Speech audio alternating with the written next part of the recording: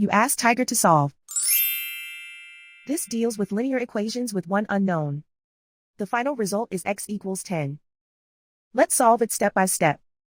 Swap sides. Group all constants on the right side of the equation. Add 3000 to both sides. Simplify the arithmetic.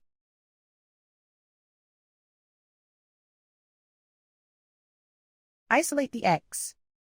Divide both sides by 300. Simplify the fraction.